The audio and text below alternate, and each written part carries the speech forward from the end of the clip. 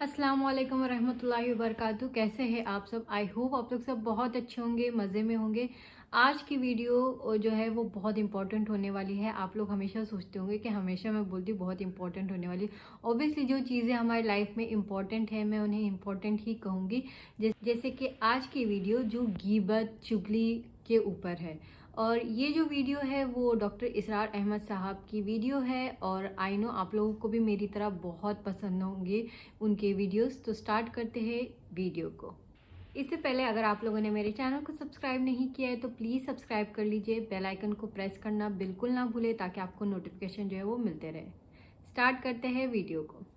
में से कोई किसी दूसरे की गीबत करे। अब गीबत क्या है? किसी शख्स की गैर मौजूदगी में उसकी कोई बुराई बयान करना, यह गीबत है। यह है इसकी टेक्निकल डेफिनेशन। लेकिन यहां भी जान लीजिए, हर गीबत गलत नहीं है। बस औकात ऐसा होता है कि आपका कोई भाई है, वो कहीं रिश्ता करना चाह रहा है और वहां के बारे में आपके पास कोई मालूमात है ऐसी जो उस बेचारे के इल्म में नहीं है, और आप उसे बताते हैं कि भाई वहां ये मामला है, जरा सोच लो। तो इसमें दर हकीकत गीबत नहीं है, बल्कि ये अपने उस भाई को किसी बुराई से बचाने की कोशिश। इसमें उसके साथ नुस्ख और खैर खाही का जज्बा है, ना कि उनको बदनाम करने का जज्बा। अगर कोई सबब है ही नहीं और आप बयान कर रहे हैं तो ये गीबत है। लेकिन अगर मामला इस तरह का है तो जाहिर बात है। इसी तरीके से कोई किसी कौम के रहनुमा हैं और बड़े बड़ी शख्सियतें हैं, अब उनके बारे में यह है कि पब्लिक में अगर आपको उन पर तनकीद करनी पड़े तो उसके अंदर भी देखा जाएगा कि वहाँ उसका होना ज़रूरी नहीं है। वो तनकीद जो है आप मुल्क और कौम की मसलहत में कर रहे हैं। तो गोया कि इस तरीके से गीबत की हर शक्ल जो है वो हराम नहीं है। अलबत्ता एक ख्याल लोगों को बड़ा गलत है, वो मैं एक हदीस के हवाले से उसका इजाला कर देना चाहता हूँ। ये हुजूर से सवाल किया गया कि पूछा गया कि गीबत क्या है। ये हदीस है, मुस्लिम शरीफ में भी है, अबू दाऊद में भी है, तिरमिज़ी में है, नसाई में है। ये हज़रत अबू हुरैरा रज़ी अल्लाह तआला अन्हु से, और इमाम मालिक ने ऐसी एक हदीस जो है मुअत्ता में मुत्तलिब बिन अब्दुल्लाह से जो है रिवायत की है। हुजूर से पूछा गया कि गीबत क्या है। आपने फरमाया ज़िक्रो का आखा का बिमा यकरहो, तुम्हारा अपने भाई का तज़किरा करना किसी ऐसे एतबार से जो उसे नापसंद हो। अगर उसके सामने करोगे उसे नापसंद होगा, उसके इल्म में आएगा कि मेरे बारे में ये बात कही गई है तो उसे नापसंद होगी। ऐसी बात का उसकी गैर मौजूदगी में बयान करना। अब कीला कहा गया, सवाल किया गया, अफरअता कि हुजूर आप जरा गौर कीजिए, इन कान फी अखी मा अकूल, अगर मेरे भाई में वो शय वाक़तन मौजूद है जो मैं कह रहा हूं तो क्या उस सूरत में भी गीबत होगी?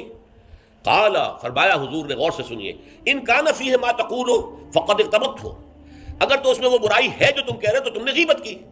वह लम यकुन फीह, और अगर नहीं है उसमें वो शय और तुम फिर भी कह रहे हो मा तक़ूल फ़क़द बहत्तहु, तो तुमने उस पर बोहतान लगाया है। ये तो दोहरा जुर्म हो गया। उसमें कोई खराबी नहीं है, बुराई नहीं है और आप बयान कर रहे हैं, तो ये तो बोहतान है।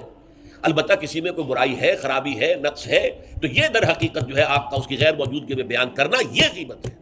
तो इस एतबार से गीबत की जो बुराई है उसको अच्छी तरह समझ लीजिए। और ये हमारे माशरे के अंदर बहुत फैली हुई है ये शय। बल्कि ये कहा जाता है और सही कहा जाता है कि वो कई कोर्सेज का डिनर होने के बाद जो है फिर जब गुफ्तगुएं होती हैं तो मालूम होता है कि सबसे ज़्यादा लजीज डिश जो है वो एक दूसरे की गीबत है। और होता क्या है, शादी का कहीं पर मजमा लगा हुआ है और जो है वो अभी बारात नहीं आई है या कोई और मसला है, बैठे हुए हैं, तो जब तीन आदमी बैठे होंगे तो किसी और की गीबत करेंगे, और जब उनमें से एक उठ के चला जाएगा तो अब ये दोनों उसकी गीबत करेंगे। ये हमारे माशरे का आम रुख है। ये हमारा जो है ये गोया कि सबसे ज़्यादा डिलीशियस डिश जो है वो गीबत है। तो इसके लिए शिद्दत के साथ रोका गया, और इसके लिए जो फिर तमसील दी गई है, अयुहिब्बु अहदुकुम मन याकुल लहमा अखीहि मैतन फकरिहतुमूह, क्या तुम में से कोई शख्स इसे पसंद करेगा कि वो अपने मुर्दा भाई का गोश्त खाए? तो इस पर तो तुम्हें घिन आ गई, तुम्हें बहुत बुरा लगा। कोई शख्स गवारा करेगा कि अपने मुर्दा भाई का गोश्त खाए?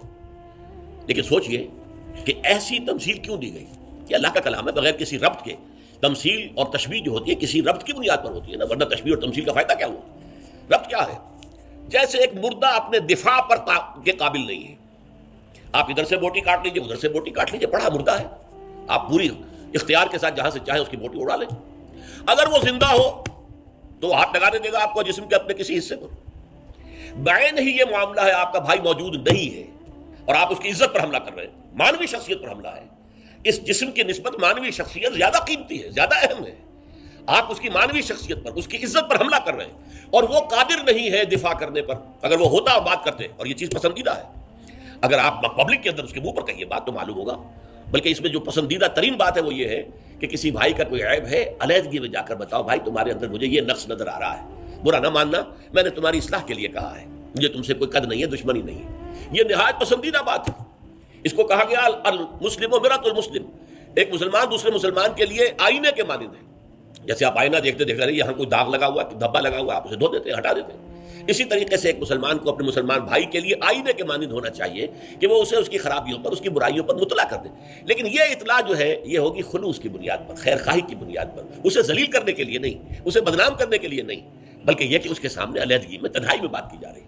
البتہ اس کی غیر موجودگی میں بات کی جائے وہ غیبت ہے, اور وہ بالکل صحیح تمثیل ہے جو قرآن نے استعمال کی ہے, صحیح ترین تمثیل ہے. ایحب احدکم ان یاکل لحم اخیہ میتا فکرہتموہ, کیا تم میں سے کوئی شخص پسند کرے گا اپنے مردہ بھائی کا گوشت کھائے؟ بالکل اسی طریقے سے وہ تمہارا بھائی جو محفل میں نہیں ہے, وہ اپنی عزت کے دفاع پر قادر نہیں ہے. اگر وہ ہوتا تو کہتا بھائی آپ غلط کہہ رہے ہیں, آپ کو مغالطہ ہوا ہے, بات یوں نہیں تھی یوں تھی, کوئی ایکسپلین کرتا, کوئی اپنا دفاع کرتا, کوئی اپنی شخصیت کا, اپنی عزت کا تحفظ کرتا. لیکن وہاں نہیں ہے وہ, تو وہ تو اپنے تحفظ پر قادر نہیں ہے. لہذا یہ غیبت در حقیقت مانوی سطح پر وہی شے ہے جو مادی سطح پر کسی مردہ بھائی کا گوشت کھانا ہے. فکرہتموہ, یہ تو تمہیں بہت برا لگا یہ بات. بلکہ اکثر لوگ کہیں گے کہ ایسی مثالیں جو ہیں, کیا ماذا اراد اللہ بہذا مسئلہ, ایسی تمثیل دینا. کہیں گدھے کی تمثیل دی گئی ہے قرآن مجید میں. وہ یہودی جن کے اوپر تورات کا تو بار تو لدا ہوا ہے, تورات پر عمل نہیں کرتے, تو ان کی مثال کیا ہے؟ کمثل الحمار یحمل اسفارا, وہ تو ایسے ہے جیسے کہ گدھا ہے, اس کی پیٹھ کے اوپر کتابوں کے انبار لگے ہوئے ہیں, گٹھڑی باندھ کر جو ہے مکالمات افلاطون لکھی ہوئی ہے, یا انسائکلوپیڈیا برٹانیکا کی گٹھڑی باندھ کے رکھ دی گئی ہے, اسے کیا فائدہ؟ اسی طرح سورہ اعراف میں کتے کی مثال دی گئی ہے, کہیں بچھڑ کی مثال دی گئی ہے, کہیں بکری کی مثال دی گئی ہے. تو مثالیں جو ہوتی ہیں وہ مانوی ربط کے اعتبار سے ہوتی ہیں. یہ نہیں دیکھا جاتا کس چیز کی مثال دی جا رہی ہے, جس چیز کے لیے مثال دی جا رہی ہے. مشبہ لہو اور مشبہ بہی, کس چیز کے ساتھ تشبیہ دی جا رہی ہے, کس لیے دی جا رہی ہے. ایحب احدکم ان یاکل لحم اخیہ میتا فکرہتموہ واتقوا اللہ, اللہ کا تقوی اختیار کرو. اس لیے کہ سارے احکام کی روح جو ہے وہ تقوی ہے.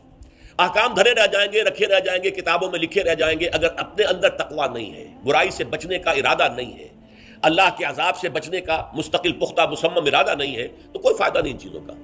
بھینس کے آگے بین بجانا ہو جائے گا. واتقوا اللہ ان اللہ تواب الرحیم, اللہ کا تقوی اختیار کرو. اور دیکھو اللہ بہت توبہ کا قبول کرنے والا ہے اور بہت رحم فرمانے والا ہے. تو دیکھو اگر تمہارے سے یہ خطائیں ہو رہی ہیں, تمہاری شخصیت کے اندر اگر یہ خرابیاں ہیں, تم ان برائیوں کے عادی ہو, تو ان سے اپنے آپ کو پاک کرو, صاف کرو, توبہ کرو, اور اس میں امید دلا دی کہ اللہ تعالیٰ بہت توبہ کو قبول فرمانے والا اور رحم فرمانے والا ہے. تو دیکھا آپ لوگوں نے کہ غیبت کسی کی کرنا یا کسی کے پیٹھ پیچھے بات کرنا کتنا گناہ کا کام ہے. اور کیا استغفر اللہ کہتے ہیں کہ آپ کے بھائی یا بہن کا گوشت کھا رہے ہو. کتنی عجیب بات ہے کہ ہمیں یہ چیزیں پتہ ہے پھر بھی ہم باز نہیں آتے. ہم پھر بھی ہمارے دوستوں کے بارے میں, ہمارے رشتہ داروں کے بارے میں باتیں کرتے ہیں, پیٹھ پیچھے باتیں کرتے ہیں. اور آج کل تو ٹرینڈ ہی چل رہا ہے کہ اپنے اسپیشلی رشتہ داروں کو غلط برا بھلا کہنے کا ان کے پیٹھ پیچھے. کیوں ایسا کرتے؟ اگر آپ کو اچھے نہیں لگتے آپ مت بولے, کچھ بھی نہ کہیں ان کے بارے میں, ان کو ان کے حال پر چھوڑ دو. اور آپ کا جو بھی دل کہتا ہے نا وہ اللہ پر چھوڑ دو. اللہ ان کا فیصلہ جب سنائیں گے نا وہ بہترین فیصلہ ہوگا. تو آپ کو کوئی چیز کسی کے بارے میں بری بولنے کی ضرورت ہی نہیں ہے. اگر اللہ آپ کی سن رہا ہے تو آپ ایک دم خوش رہیے, مزے میں رہیے, کیونکہ اللہ آپ کے لیے بہترین سے بہترین جو ہے وہ آگے کا راستہ بتائیں گا, اور آگے جتنی بھی آسانیاں ہیں وہ اللہ تعالیٰ پیدا کریں گے. بس یہی ہے. آپ چگلی یا پھر غیبت کر کے آپ کی کیوں یہ خراب کرے, آپ کی زبان, آپ کی آخرت. اٹس بیٹر کہ کسی جگہ پر آپ چپ رہیے جہاں پہ آپ کو ایسا لگ رہا ہے کہ ہم کسی کی غیبت یا برائی کر رہے ہیں. آپ کا وہ چپ رہنا بھی بہت معنی رکھتا ہے. خیر آج کے لیے اتنا ہی. آئی ہوپ آپ کو آج کی ویڈیو جو ہے وہ اچھی لگی ہوں گی, انفارمیٹیو لگی ہوں گی. اگر آپ کو اچھی لگی ہے تو آپ کو پتہ ہے کیا کرنا ہے, میرے چینل کو سبسکرائب کرنا ہے, بیل آئیکن کو پریس کرنا ہے تاکہ آپ کو نوٹیفیکیشن ملتے رہے. اللہ حافظ, دعا میں یاد رکھیے.